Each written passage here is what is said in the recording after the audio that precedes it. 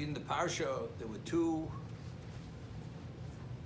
classifications of Jews who participated in the building of the Mishkan, whether it was the materials, whether there was their service. And there's a famous Orach Chaim HaKadosh, makes the point, the Torah uses a term, Vayivo kol ish asher noso libo. Every ish asher noso libo came to participate in the Binyan HaMishkan. We know the term ish is a term used, an appellation for a person of status. That's ish. So we speak about noso libo, the one who was inspired by his heart, he's classified as ish. Pirush Omer noso libo nedovo. Da ki ishtei ha-hadrogos b'misnadvim. He says the two classifications of people who are philanthropists. Ho'echaru misnadi v'rotzen nafsho kvi yicholto ve'erech mamona. One truly wants to give to his best ability, the goodness of his heart. U'zeyikro nod v'rucho lishlo she'ne osa adova k'motza b'nefesh. He's not paying it. He gives it as out of the generosity of his heart. The second person gives more than his capacity, more than his ability, because of the overwhelming goodness of his heart. He's inspired by his heart. Although he's a person of limited means, but because of his inspiration by his heart, his givingness, his goodness, he gives as if he's a wealthy man. Yosef Ashu, Losis, Dovi Yoker, L'zeoma ki b'Yisrael nipsu shnei sugim and niskara b'posa b'be'ula sheb'neiim. Torah begins with more advanced, elevated class. V'oma called Isha shen noso libo, v'diktik lo ma'ish, lo shechashivus. It's an expression of what? Of special status. V'neged Hasheni Omar v'chol asher nodvu rucho v'lo ma'ish, ki nechoshu be'erech harishon. Among all those who gave, there was no one less than the second class.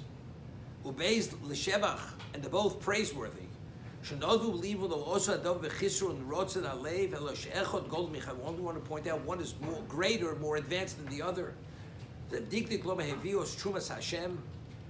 they brought the Trumas Hashem. It wasn't diminished or missing or lacking in the Lishma. As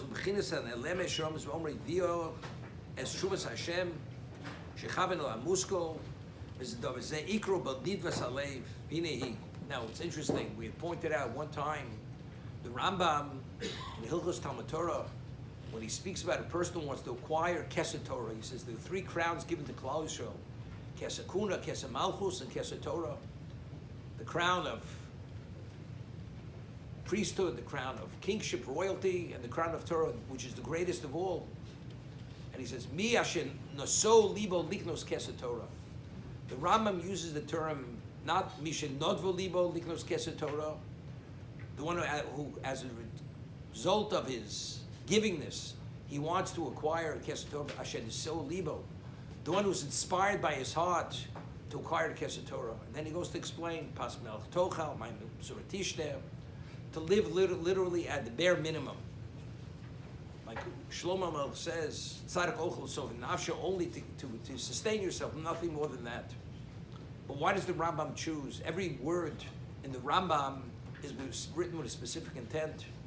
The only person who has relevance to pas melech tochel ma'im suratishter, to eat a small amount of bread, small amount of water, to live a life of deprivation, is only a person who's inspired by his heart.